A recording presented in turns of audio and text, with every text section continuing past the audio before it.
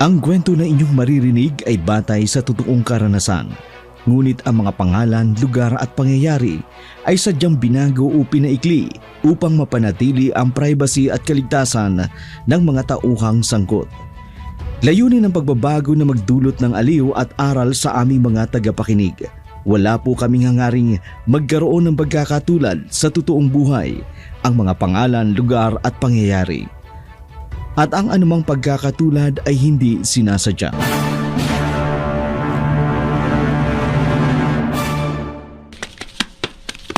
Sino ka? Anong kailangan mo sa akin? Bitiwan mo ako! Ano ba? Masyado ka na marahas sa kapwa mo tao! Kailangan mo ng burahin sa mundo! Hindi ko alam ang sinasabi mo! Tulong! Parang awa mo na! Tulong! Mga katulad ninyong asal hayop, hindi na pwedeng mabuhay sa mundo!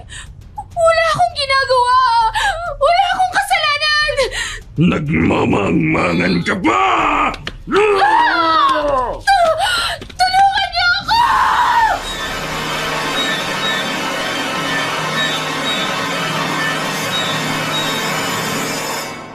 Umalingaw-ngaw ang boses ng isang babae matapos walang awang pinatay ng aswang.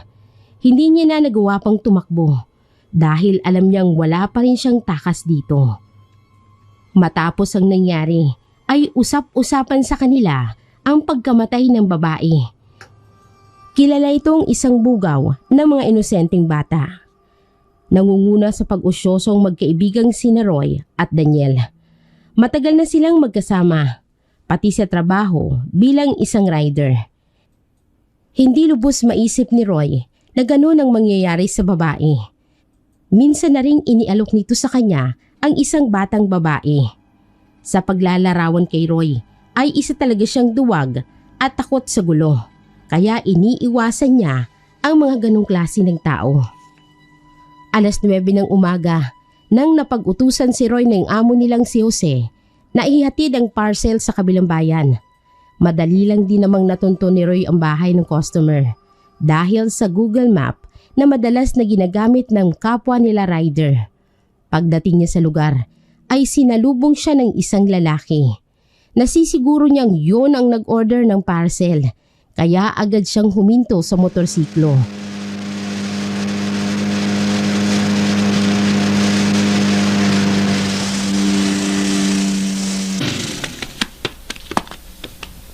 Good morning, sir. Kayo po ba si John de la Cruz? Ako nga. Yan na bang parcel ko? Bakit ang tagal? Sabi ng seller, 2 o 3 araw lang ang deliver. Ilang araw nang lumipas? Ay, sir, pasensya na po. Madami kasi ang mga nag-order kaya iniisa-isa ng owner. Wala akong pakialam. Ang hina ng service ninyo. Mga walang kwenta! Sir, sorry po talaga. Hayaan mo, sa susunod na mag-order ka, uunahin ko po kaagad kayo. Ayaw ko na mag-order pa sa inyo. Buksan mo yan! Ay, pero sir, kailangan po muna ng bayad ninyo bago po buksan ang parcel ninyo. Narinig mo ba ako? Sabi ko buksan mo yan! Pero sir, kapag binuksan nyo at hindi ninyo kukunin, ako naman ang matcha-charge nito. Wala akong pakialam kung ma-charge ka man ito. Kapag hindi mo yan binuksan, wawasakin ko pati motor mo. Pero sir, bawal po talagang buksan to kapag hindi pa bayad. Talagang tatamaan ka sa akin. Sir, ako na po nakikiusap sa inyo. Aba, talagang matigas ka. Itong sayo! Sir, tama na. Ano? Bubuksan mo ba? Eto na po sir. Bubuksan ko na po. Tama na po. Ayan. Marunong ka palang sumunod. Pinapahirapan mo pa ako. Ano to? Bakit ganyan kaliit ang order ko? Iba yung nasa picture. Hindi ko babayaran yan. Sir, bayaran niyo to. Ako po mananagot nito. Please naman po, bayaran niyo po to. Ano ko? Utusan mo? Hoy, kahit sinong tao mag-order ng ganyan, hindi ka babayaran. Alam mo kung bakit? Dahil bulok yung kumpanya ninyo. Umalis ka na dito bago pa mandilim ang paningin ko sa'yo. Pero sir, kailangan mong bayaran po yan dahil binuksan niyo na. Hindi ko babayaran yan. Naiintindihan mo ba? Ayaw mo talagang umalis.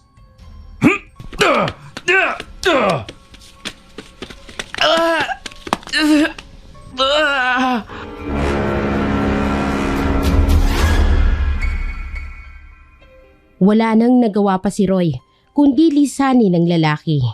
Natatakot man siya na mapagalitan siya ng amo, baka mapatay naman siya ng lalaki kung ipagpipilitan pa niya ang gusto niya.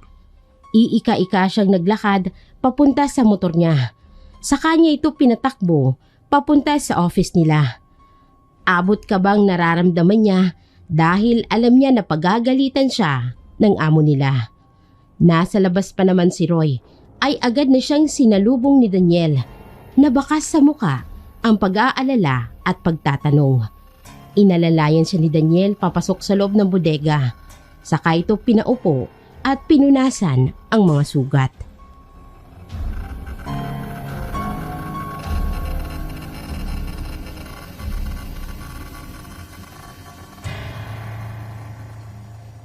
Anong nangyayari sa'yo, pare? Ha? Wala to. May nakasalubong lang akong tampay sa daan. Pre, kilala na kita. Huwag kang magsinungaling sa akin. Ano pa't naging magkaibigan tayo? Pre, ayos lang naman ako. Malayo to sa bituka. Hindi naman yan ang tanong ko, pre. Sino ang may gawa sa'yo niyan? Tsaka ito, bakit ito na lang ang dala mo? Nasaan ang laman nito? Pre, kasi ano.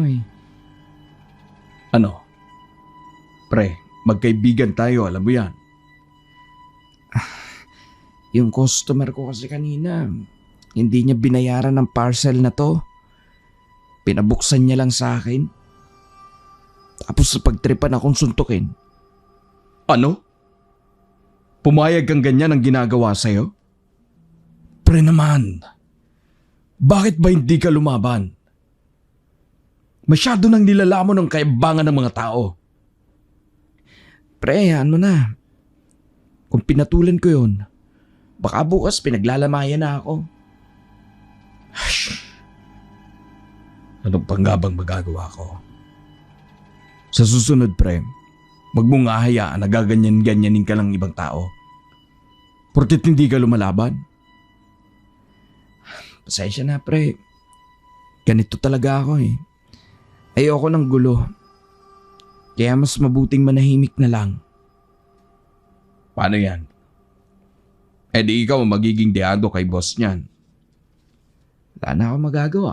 Nangyari na. Andyan na si boss. Anong nangyari sa mukha mo, Roy? At saka bakit ang tagal mo? Nasaan ang bayad ng parcel? Kailangan na ng seller yon. Hindi ka raw nag-send ng proof na naihatid na ang item. Sir, nagka-problema po kasi. Anong problema? Yung customer po kasi ayaw niyang bayaran ng parcel niya. Oh, eh nasaan ang parcel? Nasa kanya po. Pinabuksan niya lang sa akin tapos ayaw niyang bayaran. Eto lang po ang nadala ko. Anin ko yan. Nasaan ang utak mo, ha? Bakit ka umalis doon ang hindi man lang kinukuha ang bayad? Teka naman, sir. Nabugbog na nga yung tao dahil pinilit niyang singilin ang customer na yon. Hindi ko na problema yon. Trabaho niya yan. At itong buhay na to ang pinili ninyo. Kailangan ninyong panindigan ang trabaho ninyo. Pasensya na po, sir. Hindi ako tumatanggap ng pasensya. Bukas sa bukas, balikan mo ang customer mo. Kunin mo ang bayad. O kaya ibalik mo dito ang item. Naiintindihan mo? Kung hindi, doble sa sahod mo ang ibabawas ko. Sir, hindi naman yata tama yon. Hindi naman niya kasalanan kung may tarantadong tao na ganun ang ugali. Oo, nagtatrabaho lang kami. Pero iniingatan pa rin namin ang dignidad namin bilang tao. Pwede ba, Daniel? Matagal-tagal na rin kita pinagkakatiwalaan. At alam mo ang patakaran ko. Ikaw ang nagpapasok ng kaibigan mo sa trabahong ito. Kaya kung anong desisyon ko, yan ang mas susunod. Aba, sumusobra na yon. Pre, hayaan mo na. Balikan ko na lang yung lalaki. Ano? Paano kung hindi lang yan ang gawin niya sa'yo? Tatawag ako ng pulis kung sakali man na magtatangka pa rin siya sa akin. Basta pupuntahan ko para maibalik yung bayad o ang item. Alam mo namang kailangan ko ng pera kaya hindi ko kaya makunan pa ng sahod ko ng doble. Sasamahan na lang kita, pre. Hindi na, pre. Ano ka ba? Sigurado ka? Nag-aalala ako sa'yo. Parang kapatid ng turing ko sa'yo. Kaya ayaw ko din na mapahama ka. Hindi na, pre. May trabaho ka rin. At marami ka rin ihahatid na parcel. Ako nang bahala nito bukas.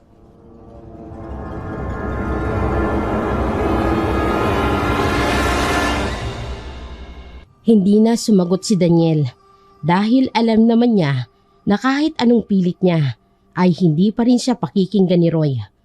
Dumaan ang mga oras. Sabay na silang umuwi na magkaibigan. Magkaiba ang bahay nila pero halos araw-araw ay magkasama sila. Naunang umuwi si Roy para makapagpahinga. Sabi kasi ni Daniel ay may dadaanan pa siya. Hindi niya na din sinubukan pang tanungin si Daniel kung saan ito pupunta dahil sobrang sakit ng buong katawan niya. Pagdating niya sa bahay nila ay agad niyang ibinagsak ang katawan niya sa kama at sa hindi niya namamalayan nakatulog na siya. Kinabukasan, nagising si Roy dahil sa sinag ng araw.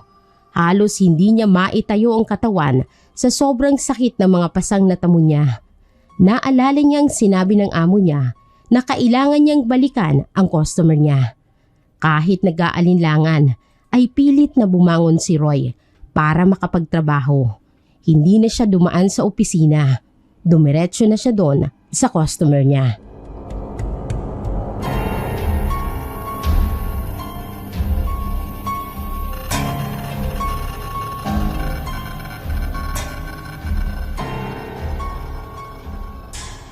Tao po?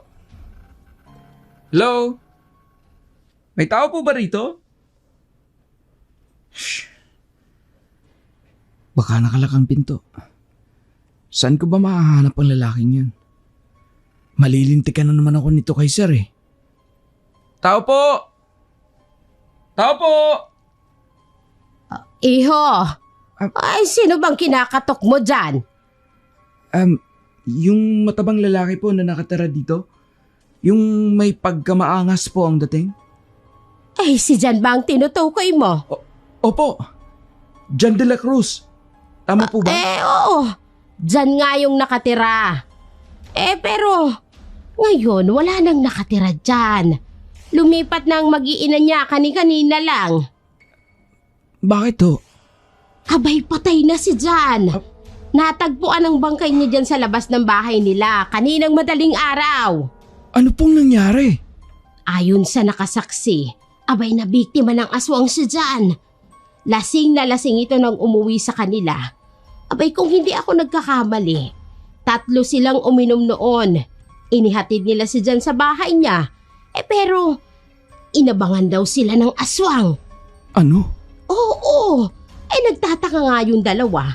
dahil pinaalis naman sila ng aswang. Tanging si Jan lang ang sadya ng aswang na yon.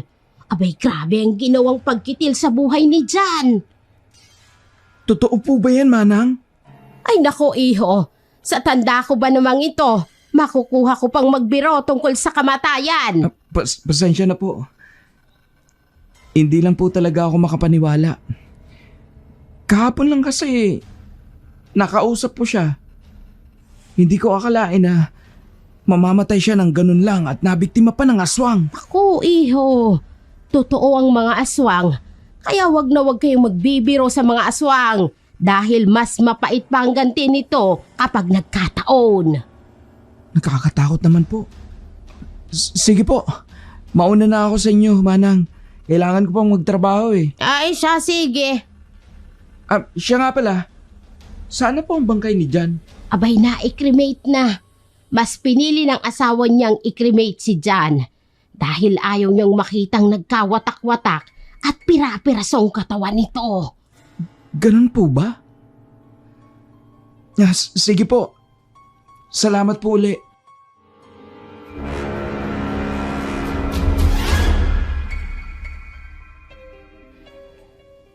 Kinilabutan si Roy sa kanyang nalaman. Kahit nagawan siya ng masama ni Jan, ay hindi niya hinihiling na mabiktima ito ng aswang. Noon ay hindi siya naniniwala sa mga aswang.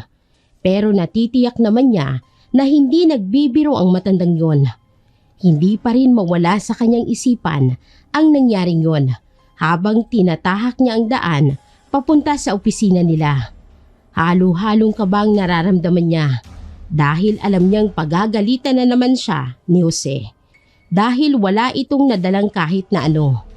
Tatanggapin niya na lang na makakapag-abono siya kahit doble pa. Paniwalaan man siya o hindi, gusto niyo pa ding sabihin ang nangyari. Nasa labas pa lang siya ng pintuan ay nakita niya na si Jose nakausap si Daniel.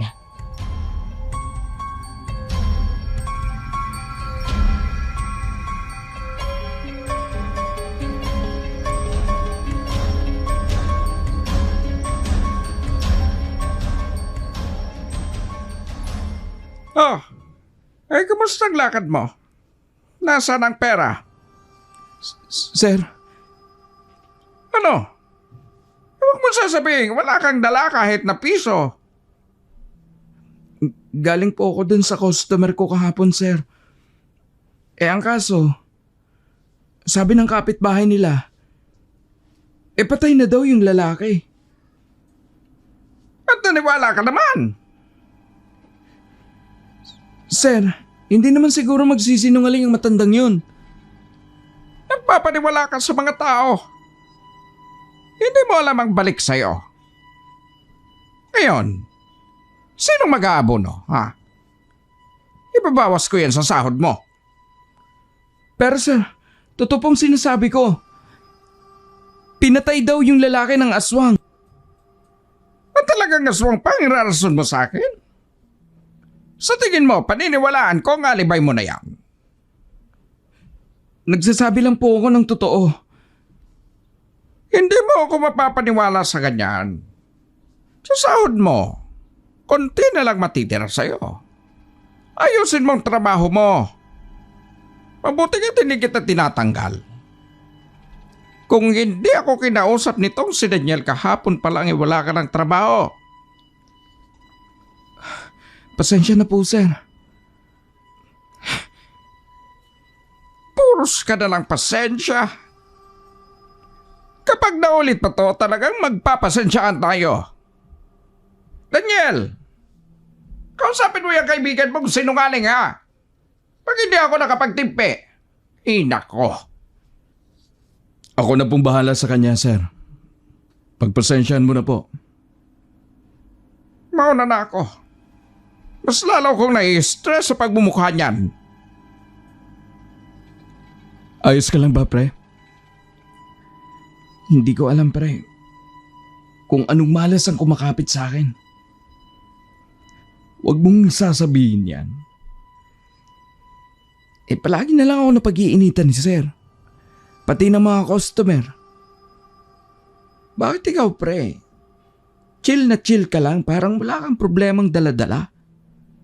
Siguro, dahil hindi pa dumarating sa akin ang malas. Pero pre, huwag mong isipin na malas ka. Sadyang may mga tao lang talaga na asal hayop. Kaya nagagawa nila ang manakit ng tao. Okay lang pre. Huwag ka nang malungkot pre. Hindi ko maiwasan eh. Pero pre, totoo yung sinasabi ko, patay na raw yung lalaki. Naniniwala naman ako sa'yo pre. Sa tagal na nating magkakilala, alam ko nagsasabi ka ng totoo. Salamat pre.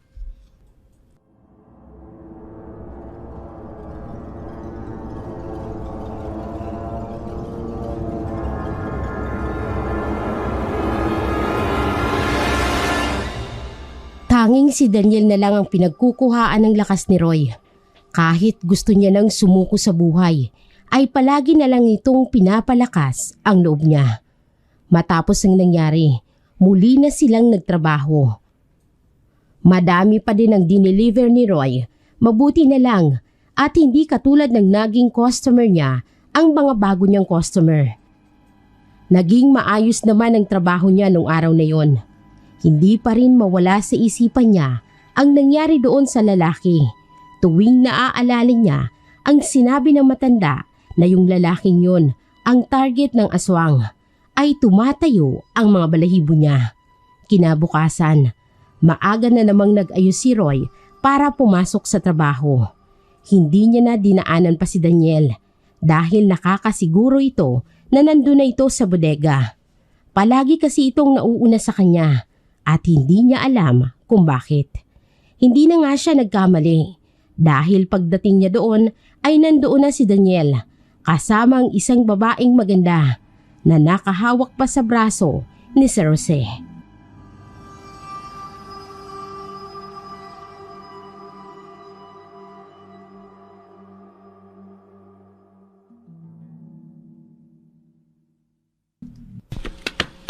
Sir, magandang umaga po.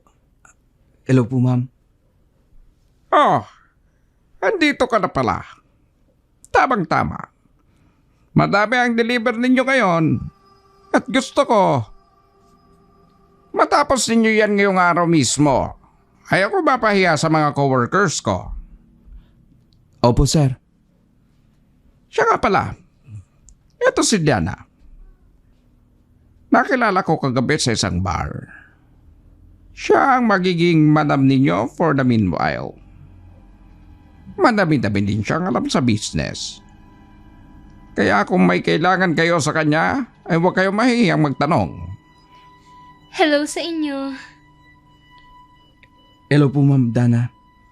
Daniel, yung napag-usapan natin kanina. Gusto kong ikaw ang mag-deliver doon sa isang village. Since ikaw naman ang nakakakilala kay doon. Walang problema sir. Mauna na kami ni Dana. Alam ninyo kailangan pa naming mag-enjoy. Right, Han? Of course, Han. Paliligayahin kita. Kaya mahal kita kagad eh. Sobrang bata. At, price ko pa. Ikaw talaga, nabubola ka na naman. Totoong sinasabi ko sa iyo, Han. Ikaw yata pinakamagandang babae sa buong mundo. O sige na. Alis na kami ng madam ninyo. Pre, sino ba yun? Ewan ko. Bagong babae na naman ni sir. Alam mo naman yung mahilig talaga. Ang bata pa nun. Samantalang ang tanda na ni sir. Buti pinatulan siya. Hayaan mo na. Buhay naman nila yon. Wala tayong magagawa ron. Mabuti pa magtrabaho na lang tayo. Sa bagay tama ka. Pero nakakapagtaka lang talaga minsan. Minsan lang may dalagang pumapatol sa matanda. Unless Unless mapera ang matanda. Tumpak! Nadali mo, pre. Madami na akong nakikitang ganyan, pre. Kaya hindi na bago sa akin. Kadalasan naman kumakapit na lang sa patalim para sa pera. Kawawa naman si sir.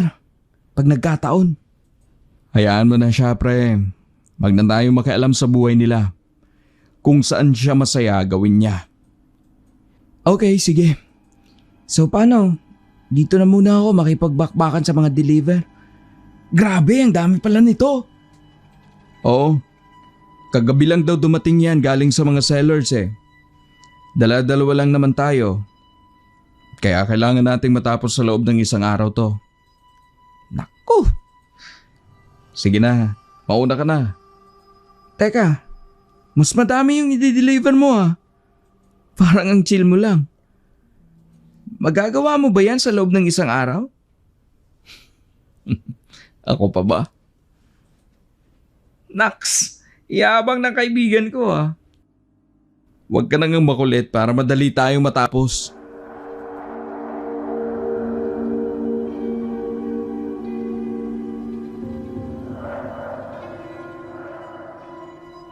Hindi na sumagot pa si Roy. Nakita niya kasing seryoso na si Daniel. Palagi niya naman itong nakikitang seryoso. Pero iba ang nakikita niya ngayon. Hindi nga niya magawa pang tanungin ito kung ano ang problema dahil natatakot siya sa mga kinikilos nito. Matagal naman niyang kaibigan si Daniel pero hindi pa rin niya talaga ito lubusang kilala. Natapos ang buong araw ng pagtatrabaho nila at halos pinagpapawisan na sila nang makarating na sa bodega. Nagulat pa si Roy dahil nandoon na si Daniel na mas marami pang i-deliver kumpara sa kanya. Pero relax na relax lang itong nagliligpit ng mga gamit niya. Nagtataka man na hindi na ito nagtangkapang mangulit o magtanong. Nagpaalam na lang siya dito na mauuna na siyang umuwi dahil marami pa siyang gagawin sa bahay niya. Naiwan si Daniel sa bodega habang nag-aayos muna ng mga gamit. Nahagit ng mga mata niya si Dana na nagmamadaling maglakad palabas ng bodega. Hindi na nga siya nito napansin dahil sa pagmamadali. Sinundan niya si Dana hanggang sa makarating sila sa isang lumang bodega. Hindi kalayuan sa pinagtatrabahuhan niya. Malakas kasi ang kutob niyang may itinatago ito. Iba talagang pakiramdam niya sa babaeng yon. Na tila ba walang magandang gagawin. Nakita niya si Dana na may kausap na kasing edad lang din ng amo nilang si Jose. Nagtago lang siya malapit sa kanila at sinigurado na hindi gagawa ng kahit anong ingay para mapakinggan niya ang pag-uusap nila. At nang hindi siya mapansin, sa kanya inilabas ang cellphone niya at nag-record.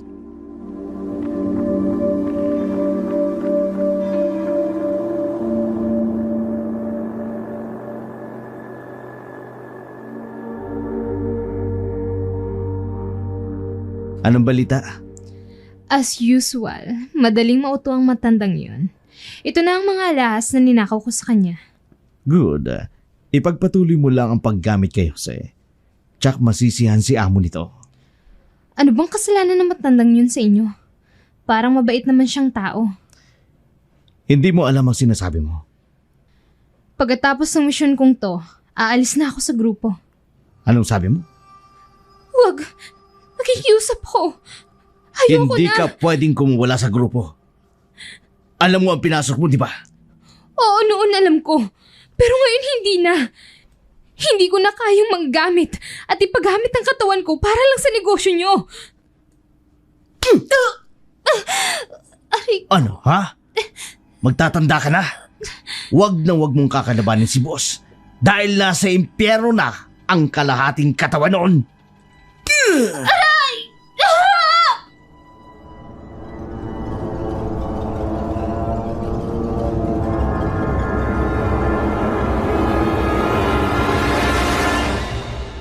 Umalingaw-ngaw ang sigaw ni Dana sa buong paligid nang talikuran siya ng lalaki.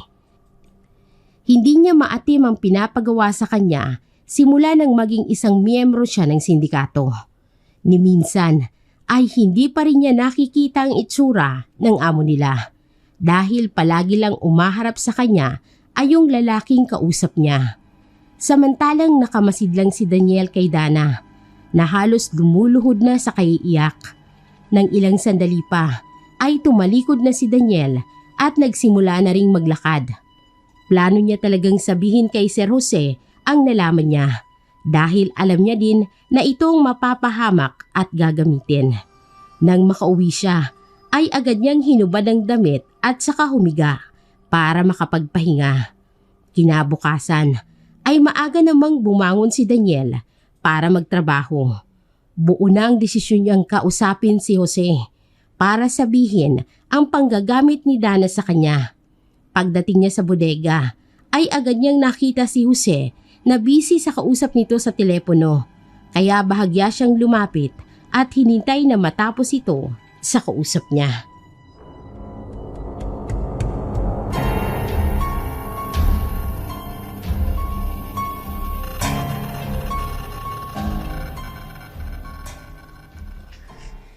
Andyan ka pala, Daniel. Kanina ka pa ba? Kararating ko lang po. Mabuti naman. Kailangan talaga kita ngayon. Ang daming alahas ang nawawala. Hindi ko alam kung paano nangyari yon. May dapat kayong malaman tungkol kay Dana. Ano namang meron kay Dana at mukhang importante yan. Dahil si Dana ang kumuha ng mga alahas mo. Imposible yung sinasabi mo. Mahal ako noon. At nararamdaman ko yun. Kaya pwede ba? Wag mo siyang pagbibintangan. Sa tingin mo, maliban kay Dana, sino pang pwedeng gumawa nun? Eh sino pa ba? Kaya na yung kaibigan mo walang ibang ginawa kundi ang maging palpak sa trabaho. For sure, siya ang kumuha ng mga alahas ko. Kailan ba pumasok sa kwarto mo si Roy? Hindi ko alam. Pero sigurado ako na siya lang yung may kayang gumawa noon. Maniwala ka sa akin, sir. Hindi mo kilala ang babaeng pinaglalaban mo. Enough, Daniel, please. Huwag mong sinisira ang babaeng bumuo sa akin. Kung ayaw mong pati ikaw ay madamay. Sige, kung ayaw mong maniwala sa akin, ayan, pakinggan mo lahat ng pinagsasabi ni Dana at ng kausap niya. Kung tutuusin, wala na dapat akong pakialam pa rito. Pero dahil mahal ko ang trabaho ko, kailangan mong malaman ng totoo. Hayop siya. Napakahayop niya. Binigay ko ang lahat sa kanya. Kung anong gusto niya. Wala tayong magagawa. Dahil may mga ganyang klase ng tao. Marami kang kalaban sa negosyo. Kaya hindi imposible nagagamit sila ng ibang tao para pabagsakin ka. All this time, pinaikot lang ako ng babaeng yon. Humanda siya. Ipatitikim ko sa kanya ang ginawa niya. Salamat sa tulong mo, Daniel. Nagkataon lang na nakita ko siyang nagmamadaling umalis kahapon. Kaya nasundan ko. Mabuti na lang. At nai-record ko ang pinag-uusapan nila dahil tiyak kong ayaw mo akong paniwalaan. Ang laki ng pasasalamat ko sa iyo, Daniel. Hindi mo rin kilala mga kalaban mo, sir. Tiyak kong hindi lang iisa ito. Anong ibig mong sabihin? Malaking sindikatong nakabangga mo. Pero wala akong naalalang may nakaaway ako, ano pa man. Sa negosyo, lahat ng kakompetensya mo, kaaway mo.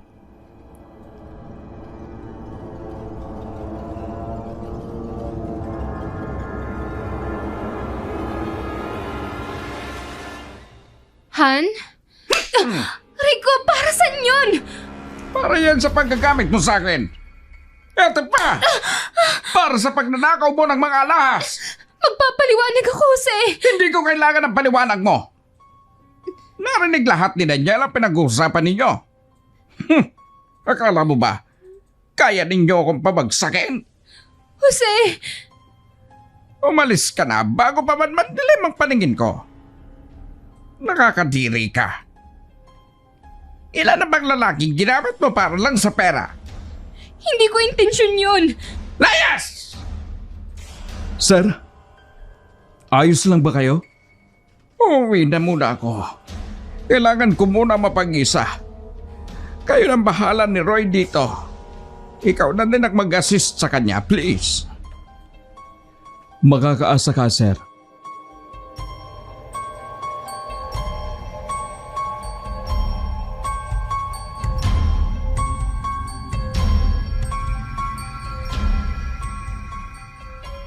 Pre, ano nangyari doon? Nakita ko din si Ma'am Dana. Nagmamadaling umalis kanina. Wala yun, pre. Huwag mong isipin yun. Oo nga pala, eto mga parcel. Kailangan nating ma-deliver ngayong araw. Pre, ayos ka lang ba? Ba't parang seryoso mo ngayon? Ano ka ba? Kailan ba ako nagbiro? Sige na nga at matapos na to bago pa umabot ang hapon.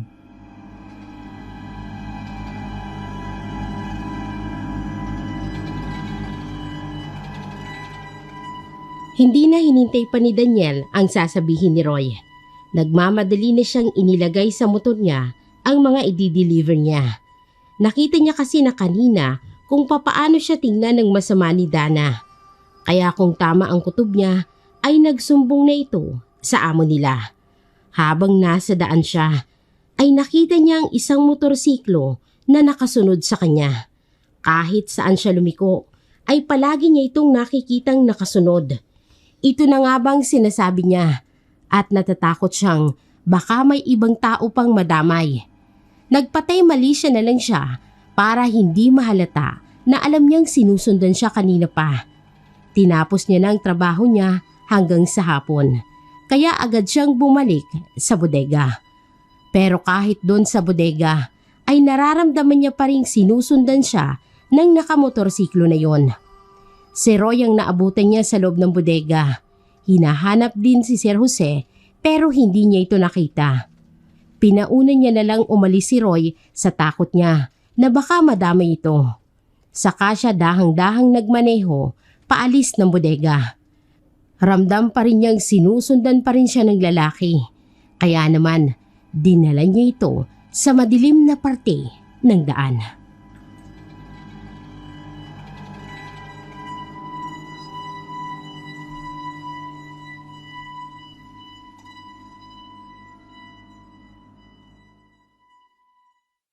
Masyado ka maila pa. Ngayon lang kita natsambahan. Ganun ba?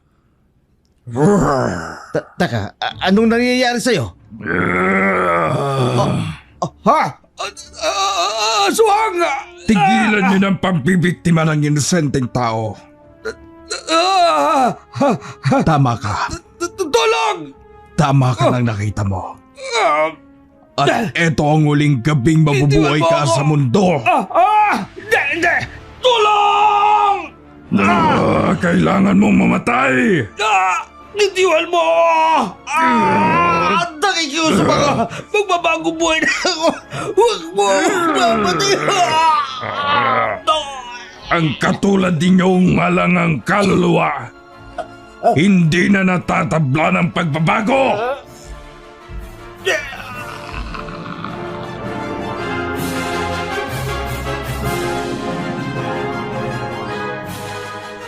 Walang awang pinatay ni Daniel ang lalaking yun. Yun din ang lalaking kausap ni Dana. Sa pagkakataong yun, naipakita niya ang tunay niyang pagkatao sa harap ng tao. Isang aswang si Daniel, pero mas pinili niyang mabuhay bilang tao. Ayaw na sana niyang pumatay, pero dahil sa masasamang tao ang siyang nagtutulak sa kanya para patayin ang mga ito. Matagal ng panahon na tinalikuran niyang pagiging aswang. Pero dahil sa kaibigan niyang agrabyado, ay nagawa niyang patayin noon ang isa sa mga customer ni Roy na siyang bumugbog dito. Iniwan niya ang katawan ng lalaki na naliligo sa sarili niyang dugo, saka siya sumakay ng motor at nilisan ang lugar. Kinabukasan, usap-usapan ang nakitang bangkay sa lugar na iyon, habang si Daniel ay kalmado lang na nakikinig sa mga tsismis. Nanguna sa pagbabalita sa kanya ay ang kaibigan niyang si Roy na nagmamadaling pumunta sa bahay niya para lang sabihin ang nangyari.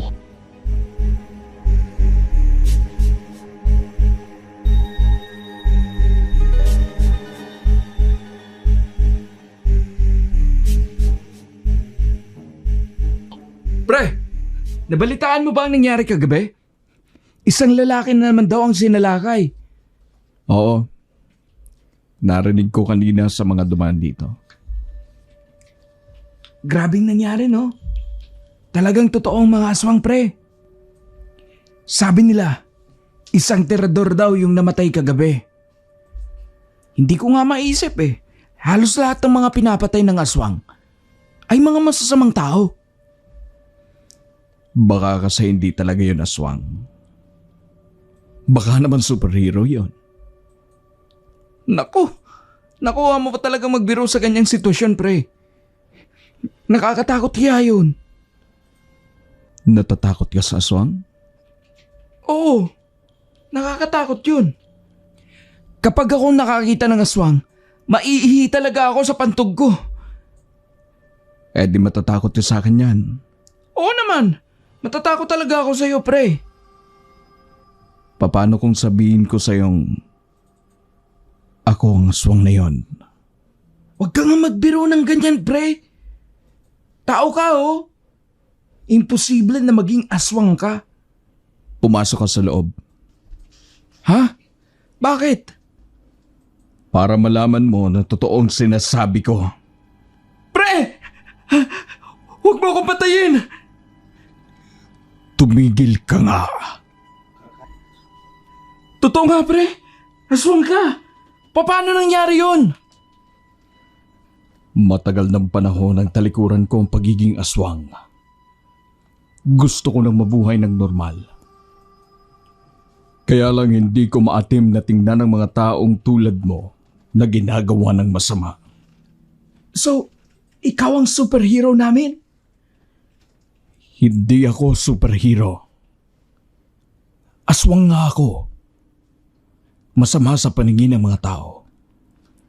Pero hindi nila alam na mas marami ang taong masasama kumpara sa aming mga aswang. Ibig sabihin, totoong ikaw nga ang pumatay doon sa lalaking bumugbog sa akin? Oo. Naaalala mo yung bitbit mong parcel na wala ng laman. Doon ko nalaman ang address ng lalaking yon. Kaya ako pinuntahan at pinatay. Pre, hindi mo naman ako sasaktan, di ba? Kung sasaktan kita, sana'y noon pa. Ay, salamat naman. Pero grabe ka, pre. Nakuha mo talaga magsinungaling sa akin.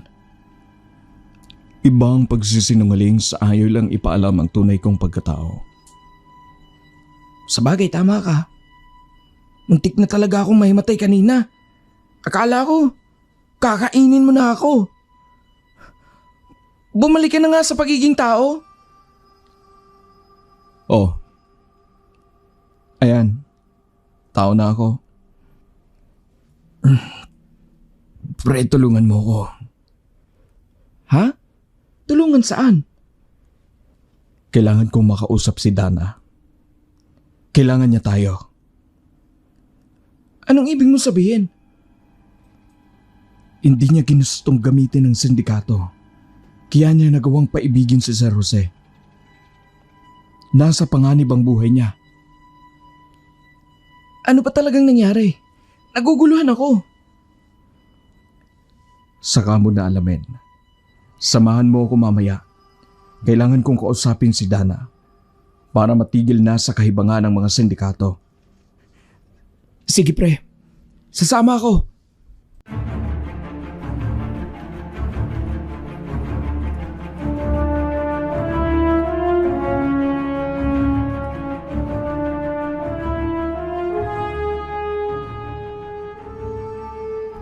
Gumuhit sa labi ni Daniel ang mga ngiti nang marinig niya yon sa kaibigan niya.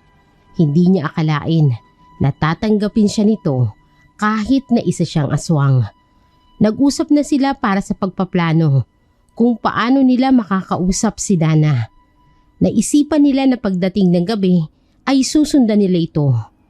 8:00 ng gabi ay para silang aso na bumubuntot kay Dana. At nang makahanap ng pagkakataon si Daniel, ay hindi niya na ito pinakawalan pa. Agad siyang nagpakita dito. Samantalang nasa likuran niya naman si Roy at naghihintay lang ng sasabihin ni Daniel.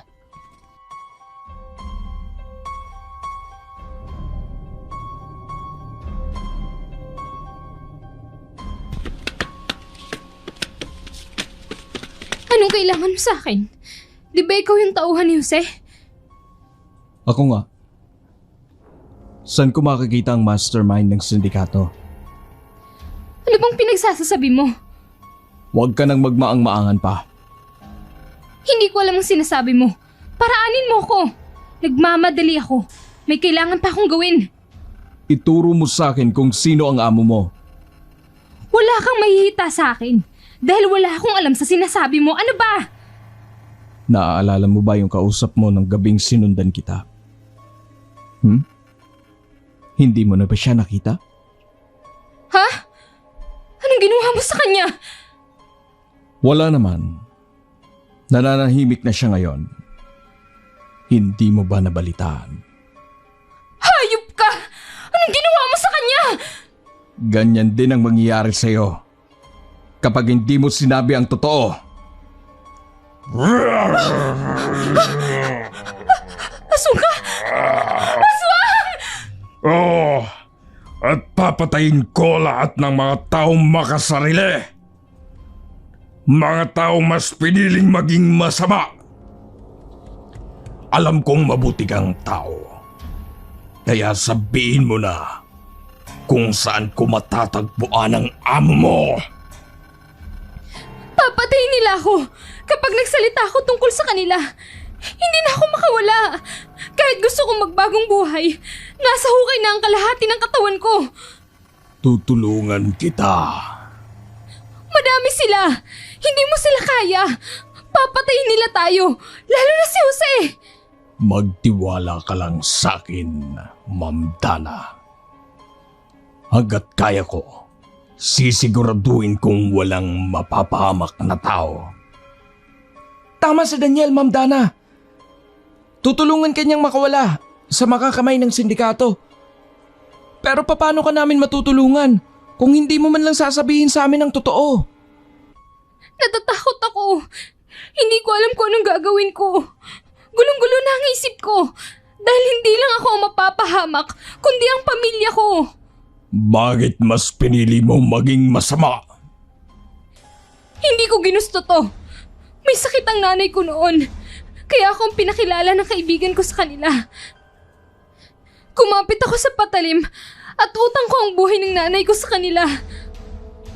Nakilala mo ba ang mastermind ninyo? Hindi ko pa siya nakikita. Kahit isang beses. Puro tauhan niya lang ang nakikita ko. Pero alam ko kung saan sila matatagpuan. Kahit pangalan hindi mo alam? Tama. Jaguar. Yan ang code name niya. Yan ang madalas kong naririnig sa mga tauhan niya. Ang alam ko, nagpaplano na silang patayin si Jose. Naku, kailangan nating iligtas si Sir. Masyadong malakas ang kapit nila. Hindi ko kilala kung sino pa ang kasama ng Jaguar na yun. Pero natitiyak ko na hindi lang siya nag-iisa. May tiwala ka ba sa akin? Hindi kita kilala. At nakita ko ang itsura mo bilang isang aswang. Oo, takot ako sa mga aswang. Mga aswang na mapanlinlang. Pero hindi ko na din kaya ang pinapagawa nila sa akin. Kahit katawan ko, kaya nilang ibenta. Mabayaran ko lang ang utang ko sa kanila. Mga hayop sila! Tana, huwag kang mag-alala. Ito na ang kahuli-hulihang araw na ipaglalantaran mo ang katawan mo sa kanila. Pinapangako ko yan. Hindi ako sigurado kung anong oras nila papatayin si Jose. Pero sa pagkakarinig ko kanina, bukas nila yun isasagawa. Ano bang kasalanan ni Sir Jose? Bakit tumantong sa ganitong bagay? Sa pagkakaalam ko, mabait naman na tao si Sir. Oo, mabait na tao si Jose. Simula nung inalagaan niya ako, ay naramdaman ko ang isang tunay na babae. Kaya lang, tinikito sa negosyo ni Jaguar. Dahil sa negosyo ni Jose na mag-deliver ng mga parcel, ay nawalan na ng customer si Jaguar. Hindi na sila nakakapang-scam ng mga tao. Dahil wala nang kumukontak pa sa kumpanya nila. Ang liit ng bagay. Bakit ahantong pa sa patayan? Basta pera ang pag-uusapan, kayang gumawa ng masama ang isang tao. Sige na, umalis ka na. Kung pupunta ka kay Jaguar, huwag kang magpapalata na kinausap kita o may plano tayo. Natatakot ako. Huwag kang matakot. Ililigtas kita. Basta sundin mo muna si Jaguar. At kung isasama ka niya bukas para patayin si Jose, sumama ka. Doon kami mag-aabang ni Roy. Oo, Ma'am Dana. Magtiwala ka lang kay Daniel. Hindi niya tayo ipapahamak. Maraming salamat sa inyo. Sana nga matapos ang gulong to. Gusto ko nang mabuhay ng normal.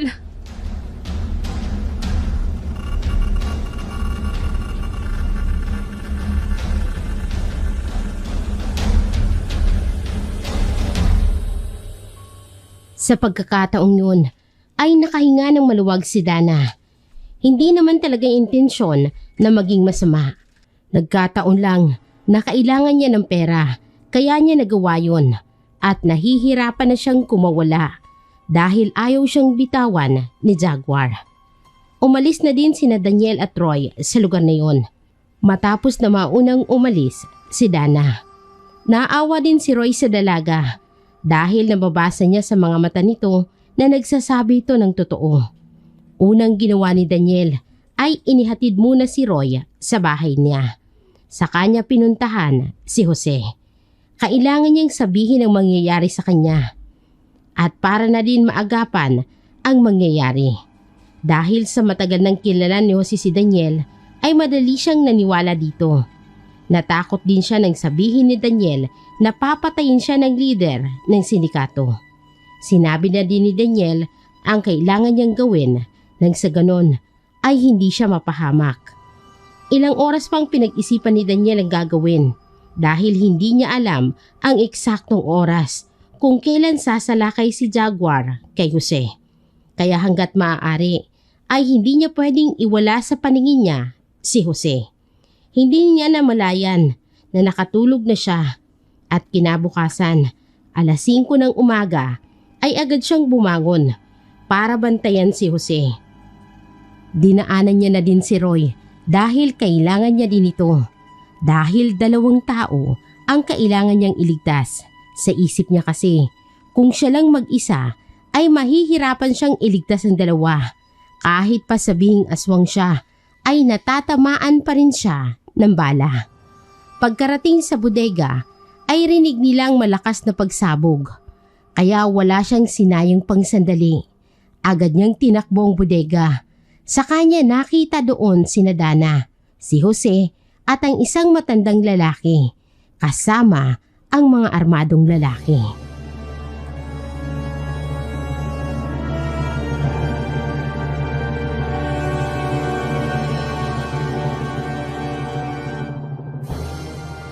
Daniel!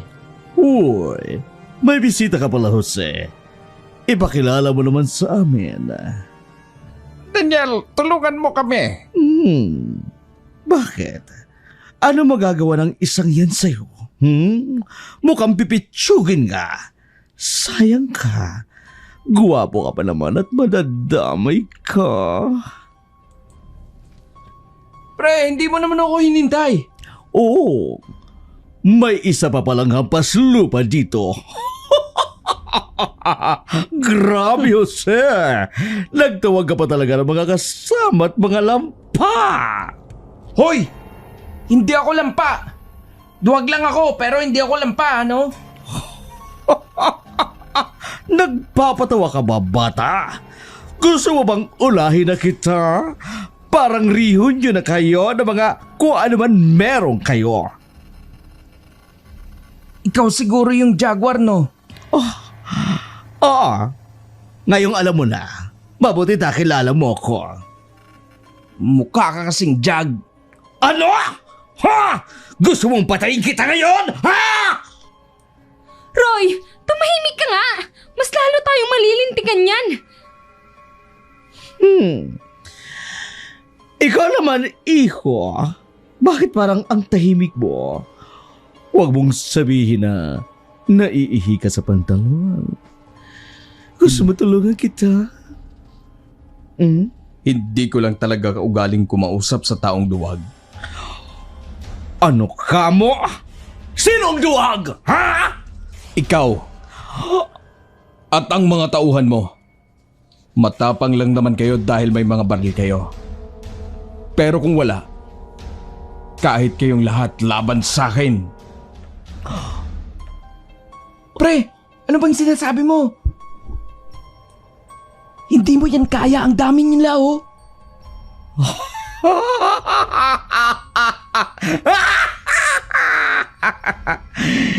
Yan na ba ang hiling mo? Bago ka kayo patayin? O sige, pagbibigyan kita, bata. Kaya ibaba mo ng barilyo. Bugbugin nyo yan!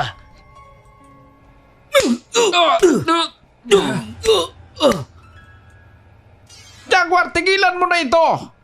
Ipapasara ko na lang ang bodega. Palayain mo lang kami. Pakiusap! Tumigil ka!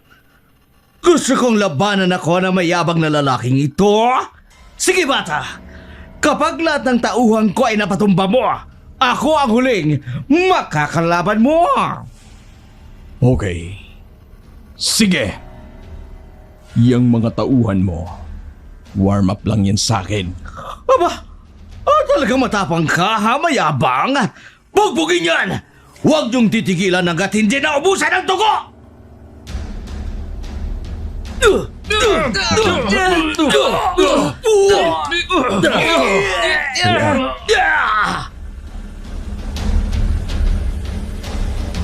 Ano? Lapit pa! Boss, ang lakas niya! Kalalaki niyong tao, hindi niyo kaya yan! Sugurin!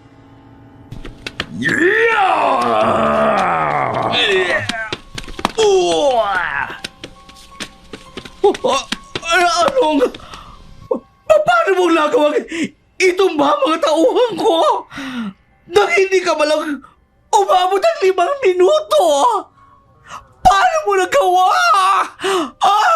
Grabe ka! Sabi ko naman sa'yo, warm up lang yon. Paano ba yan? Lahat ng tauhan mo nakaratay na sa sahig. Wala ka nang kawala. Sumuko ka na! Bakit naman ako susuko? At talagang sa'yo pa. Hindi ako pangangala ng Jaguar. Kung makikinig lamang ako sa inutan na katulad mo. Bakit mo papahihirapan ang sarili mo? 4 kami. Nag-iisa ka na lang. Sa tingin mo ba, makakawala ka pa? Eto! Sige! Sige, lumapit ka para mapaputok ang baril na ito, ha? At tatama dyan sa noo mo! Sigurado ka bang kaya mo akong patayin ng baril mo? Sure na sure! Ang yabang mo, ha? Teka! Bakit? Ano nangyayari sa'yo? Aswang ka! Aswang!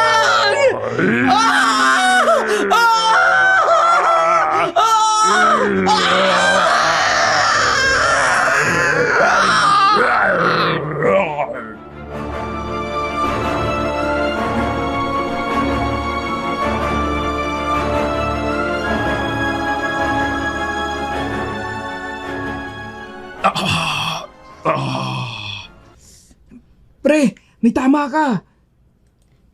Daniel, dalhin ka na namin sa ospital. Hindi na. Ayos lang ako. Maliit lang yan. Sir Jose.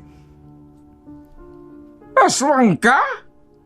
Sir, wag po kayong matakot sa akin. Hindi po ako masamang aswang. Pero pumapatay ka ng tao. Ginawa ko lang yon para iligtas ko kayo. Lahat ng masasamang tao lang ang sinasaktan ko. Hindi pa rin ako makapaniwala.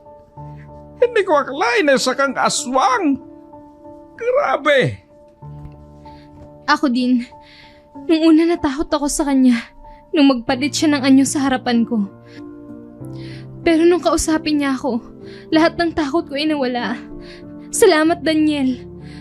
Jose, patawarin mo ako. Hindi ko intensyon na lokohin ka o gamitin ka. Hindi lang talaga ako makawala kay Jaguar dahil idadamay niya pati ang pamilya ko. Ayos lang, nangyari na yon. Isang aral na din para sa atin ang nangyari. Lalo na sa iyo. Kahit gaano pa kabigat ang problema mo, huwag mong piliin na kumapit sa patalim. Dahil mahihirapan kang kumawala.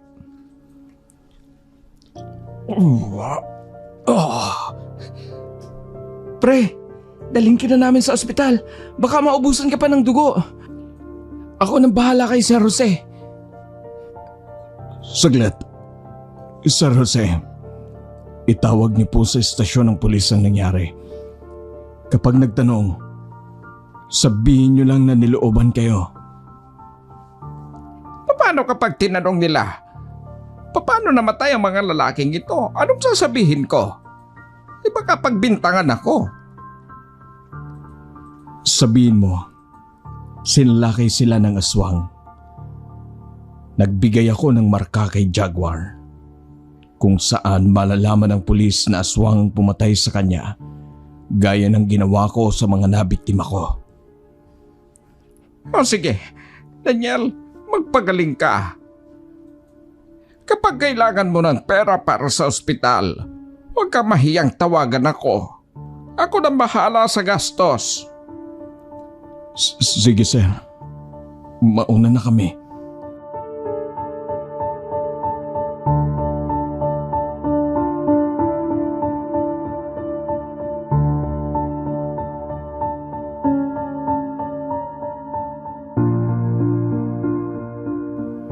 Hindi na inintay pa ni Daniel na sumagot si Jose dahil nanghihina na talaga siya.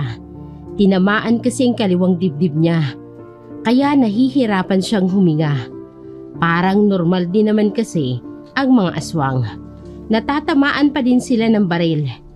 Madali lang namang maghilom ang mga sugat nila, pero magmamarka ito sa katawan nila at magdudulot ng matinding sakit. Agad na inasikaso ng mga doktor si Daniel. Hindi naman daw malalim ang tama ng bala. Siguradong makakaramdam lang ito ng kirot, kaya nanghihina. Sabi naman ng doktor, mga 2 linggo lang ay pwede na siyang makalabas ng ospital. Pagkalipas ng 1 buwan ay naging maayos na ang buhay ni Roy at ni Daniel. Bumalik sila sa trabaho at tinanggap naman sila ni Jose. 1 buwan kasi silang huminto sa pagtatrabaho. Gawa ng kailangan pang ibalik ang lakas ni Daniel, pero binigyan naman sila ng allowance ni Jose. Samantalang wala na silang balita pa kay Dana. Nagpaalam naman daw ito kay Jose na uuwi na lang sa probinsya nila at maninirahan ng tahimik. Nakaramdam ng tuwa si Daniel nang malaman niyang gustong magbagong buhay ni Dana. Nakikita niya kasi sa mga mata nito ang pandidiri sa sarili, simula nang pumasok siya sa mundo ng mga sindikato. Sa ngayon ay nananatili pa ring lihim ang itinatago ni Daniel, ang rider na aswang na siyang kumikitil ng buhay ng masasamang tao.